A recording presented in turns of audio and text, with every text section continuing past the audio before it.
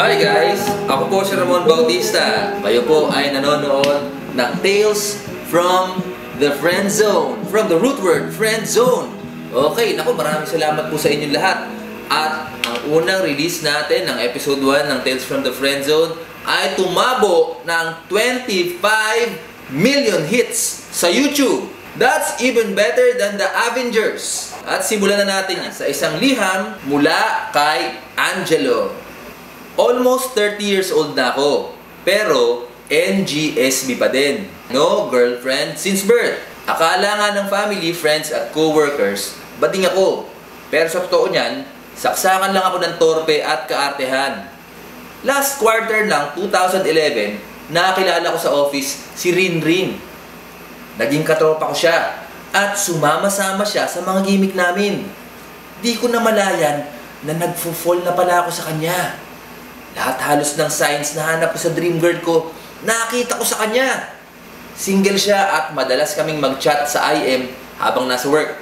Minsan, lumabas din kami at madalas ko siyang tinetext, maski hindi naman ako mahilig mag-text.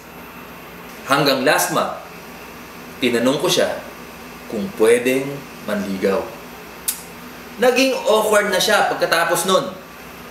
Di raw siya comfortable pagkatapos ko umamin. Nag-downward spiral ako kasi minsan na nga lang ako mag-a-attempt. Preemptive supalpal pa ang inabot ko. Ngayon, hindi na kami nagpapansinan. Ano po ba ang maipapayo nyo sa nangyari sa akin? At by the way, kung mapipili po ninyo ang sulat ko, medium po pala ang size ng t-shirt ko sakali. Salamat, Angelo.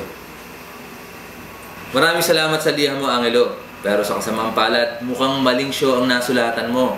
Kasi ito ay Tales from the Friend Zone at hindi Tales from the Busted Zone, kung saan kabilang ka. Kung isa sa larawan natin, ito ang realm ng tabla. At ito ang mga na friend zone. Kung ano yung nasa labas, yan yung mga na-busted. At anong pinagkaiba ng na-friend zone sa na-busted? Medyo malaki. Kasi unang-una, ang mga friend zone ay may pakonsuelo. Pwede silang maging kaibigan, ka-text, pwede mag-hangout, pwede pa rin maging abangers. Pero pag natabla ka, wala ka na. Walang matitira sa'yo. Maski pagkakaibigan, burado ka. Sa Facebook, pag nag-message ka, hindi ka sasagutin. Maaring i-block ka pa niya. Ito, kaibigan lang. Ito, ayaw niya sa'yo. Ang sa akin naman, bakit ka naman kasi umamin? Wag na wag aamin sa mga crush nyo. Bakit? Kasi, unang-una, masisira ang friendship. Kung gusto ninyong umamin, naku, iparamdam mo lang. Para pag sinabi niya, yuck! Pwede mo sa kanya sabihin na, feeling! So, ang mga method din, para malaman mo kung magkakagusto sa'yo yung crush mo, ipatext mo sa kaibigan mo.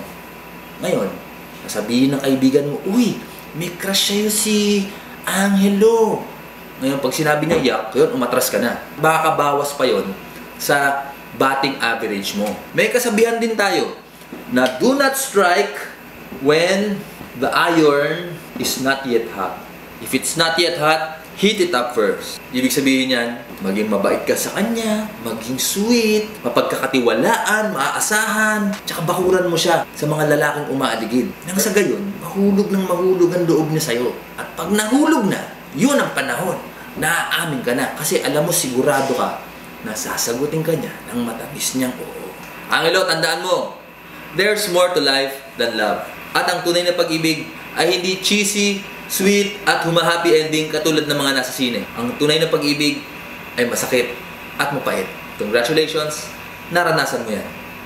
Congratulations din at magkakaroon ka ng t-shirt. And by the way, kapal na mukha mo, gusto mo pa medium? Baby tea lang po ang pinamimigay namin dito.